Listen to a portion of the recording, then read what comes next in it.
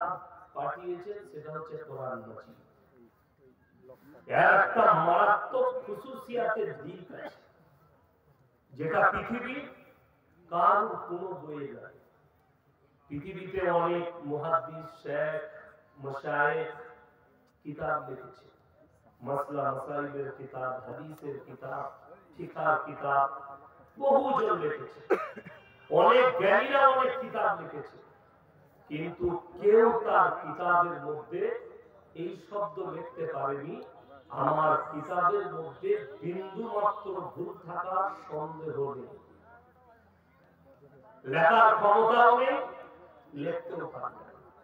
পৃথিবীর আর কোন ধর্মগ্রন্থে এই ভাষা লেখা নেই, একমাত্র কোরআনে আছে যালিকাল কিতাবুল লা রাইবা ফি। আমার এই কোরআনে বিন্দু মাত্র সন্দেহের কোনো অবকাশ নেই। এটা একমাত্র কোরআনে আছে। বাকি পৃথিবী কারো কোনো কিতাবে নাই।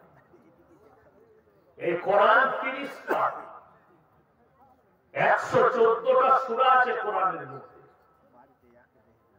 আল্লাহ তাআলা এই মুকদ্দাস কিতাবকে, কোরআন মাজিদকে অবতীর্ণ করেছে।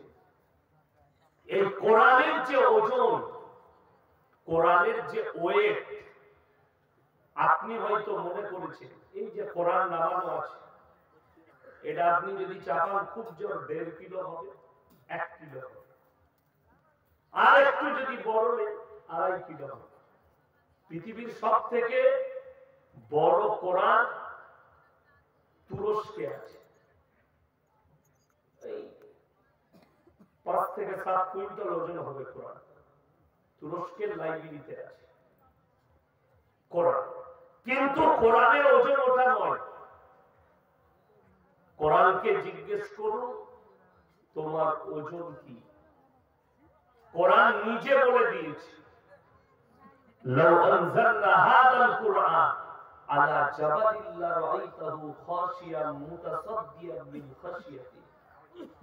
আমি যদি এই কোরআনকে পাহাড়ের উপরে অবতীর্ণ করতাম, পাহাড়টা চূর্ণ বিচূর্ণ হয়ে যেত। উম্মতে মুহাম্মাদীকে আল্লাহ ভালোবেসে দান করেছে। আর আল্লাহর কসম, গোটা পৃথিবীর বাইরেটা আল্লাহ কোরআনে ভরে দিয়েছে। কিয়ামতের দুনিয়ার শুরু থেকে শেষ পর্যন্ত যতগুলো পাপ আসবে, যতগুলো বিপদ আপদ আসবে, সমস্ত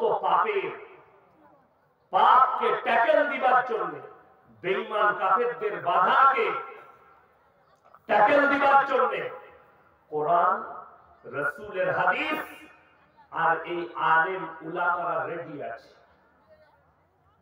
মাথায় আমি কালকের জলসায় বলেছি মুর্শিদাবাদে যে আমার ভাই একটা চুটি কিতাব বর্ণ পরিচয়, যেটা আজ পর্যন্ত শুনলাম না কোন স্টুডেন্ট বিনা ভুলে মুখস্থ করে শুনিয়েছে।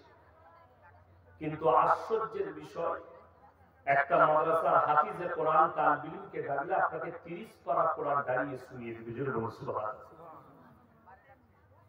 আমি যখন গুজরাটে প্রথম পড়তে যাই, আমাদের মধ্যে সবথেকে কমি বাঙালিদের মধ্যে কি আছে? শুদ্ধ করে কোরআন পড়তে জানে না, চেষ্টাও অনেকজন করে না। আমি যখন গুজরাটে আমার আব্বাজি পাঠাতো জামিয়াতুল কিরাত কাফলেতা মাদ্রাসা, দিনাজপুরের একটা সাথী ছিল, মালদার অনেকগুলো ছিল আমার সাথে, 25টা বাঙালি মাত্র, বর্ধমান, 24 পরগনা, মালদা, দিনাজপুর, সব মিলিয়ে 25 জন। তার মধ্যে 12 জন আমরা খালি বর্ধমানে ছিলাম। তো আমি আমার আব্বার মাদ্রাসায় স্কুলে পড়তে পড়তে 7 পারা হিফজ করেছিলাম, 7 পারা মুখস্থ করে দিয়েছিলাম। সেখানে যখন গেলাম, প্রথম দিনে যখন শিক্ষককে সবক শোনালাম, বললে पूरे के पूरे गलत है, फिर शुरुआत से पढ़ो। আমাকে খালি সূরা ফাতিহাটা 3 মাস পড়িয়েছে। তো আমার 2 মাস হওয়ার পরে আমার মনে মনে হলো, আর পড়বই না, পালিয়ে যাবো। এই একটা সূরা 3 মাস পরে কেউ শুদ্ধ হয়ে গেছে। কিন্তু বিশ্বাস করুন, আজকে ওই 3 মাস সূরা ফাতিহাটা পড়ার ফায়দা আজকে বুঝতে পারছি। আমাকে যদি কেউ কাবা ঘরে দাঁড় করিয়ে দেয়, আল্লাহর কৃপায় নামাজ পড়িয়ে দেবো, অসুবিধা হবে না।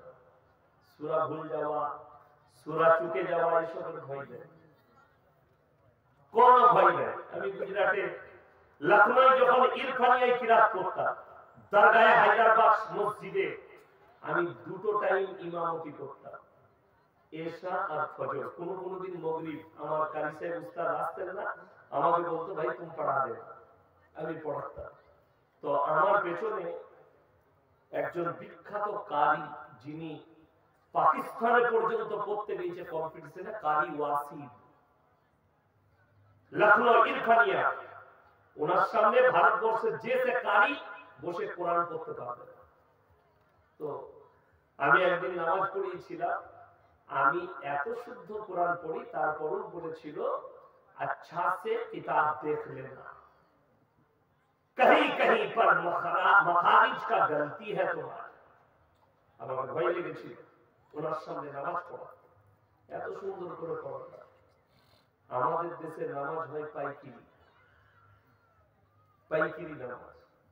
সমাজের অবস্থা বলি, আলেম না চিনার কারণে, ইলম না বুঝার কারণে, ইলমের কদর না জানার কারণে আমাদের দেশের লোক পাইকিরি মুয়াজ্জিন খুঁজে বেড়ায়।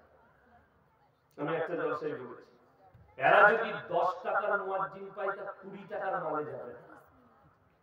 কথা বুঝতে পারেন? আমাদের সমাজে মুয়াজ্জিন কি গ্রামের চাচা, বেচারা আর কাজ করতে পারে না, বলে চাচা তুমি তো আর কাজ করতে পারো না, তা আমাদের মসজিদে থাকো, তুমি ঝাড়ু ফাড়ু লাগাবে আর 3 টাইম খানা খাবে, দুপুরে, রাত্রে, সকালে চা বিস্কুট, আর মসজিদে ঝাড়ু লাগাবে আর 5 ওয়াক্তের নামাজে তুমি আজান দিবে, বেতন দিতে পারবো না। চাচা দেখলে এই বয়সে আমি যাবো কোথায়, কাজ করতে পারবো না, এই পেটে ভাতে মালি ঠিক আছে। এই পেটে ভাতে মুয়াজ্জিন হওয়ার কারণে লখনৌ ইরফানিয়ায় যেদিনে মাদ্রাসা শুরু হয়, মাদ্রাসার মুয়াজ্জিন হওয়ার জন্য ইন্টারভিউ শুরু হয়। কার গলা সুন্দর, কে শুদ্ধ আজান দিচ্ছে, সেই ছেলেটাই আজান দিবে। আমি যে বছরে কিরাত পড়ি ইরফানিয়ায়, ধুলিয়ানের একটা ছেলে চান্স পেয়েছিল আজান দিবা, সে আজান দিত। তো আমার মনে পড়ে মারাত্মক গলা, মাঝে মাঝে অনেক লোকরা তার আজান শুনতে আসতো ইরফানিয়ায়, এত সুন্দর আজান দিত, আল্লাহ এত ভালো গলা দিয়েছিল। আর আমাদের দেশে চাচা আজান দিলে গায়ে ফেরেশতা থাকে না। কেন? এটা তো পেটে ভাতে, পয়সা লাগে না, বিনা পয়সায় সুন্দর হয়েছে, আর টাকা লাগবে না আমাকে মুয়াজ্জিনের। চাচা আজান দিচ্ছে এসার সময়, আল্লাহু আকবার,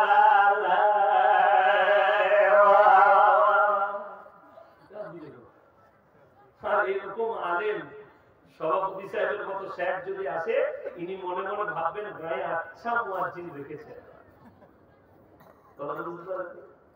আর একটা যদি পয়সা দিয়ে রাখেন যে আজান যেন শুদ্ধ হয়, আপনাকে 5000 বেতন দেবো, 5000-এর মুয়াজ্জিনের আজান হবে আল্লাহু আকবার, আল্লাহু আকবার। ফজরের সময় চাচা আজান দিচ্ছে, আসসালাতু খায়রান মিনাল, যার নাম খয়রুন, সে মনে মনে করছে আল্লাহ এত রাতে আমাকে কি ডাকছে, ঘুম থেকে উঠে গেছে। ওই বিনা পয়সার চাচা মুয়াজ্জিন হলে এইরকমই হয়। কিছু কিছু লোক, সেদিন আমাকে একটা লোক বলছে আপনি ইনসুলেট করছেন, আপনি ইনসুলেট তোমাকে করি দেয়, মসজিদ কমিটি করছে।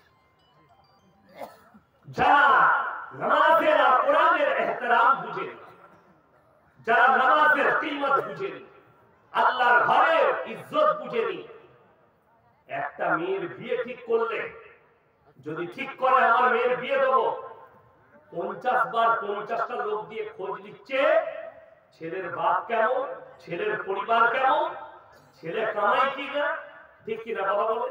একটা মেয়ের বিয়ে দিবেন, এতবার খোঁজ দিবেন, আর একটা ইমামকে রাখবেন, একটা মুয়াজ্জিনকে রাখবেন, তার ইলম কালাম আছে কিনা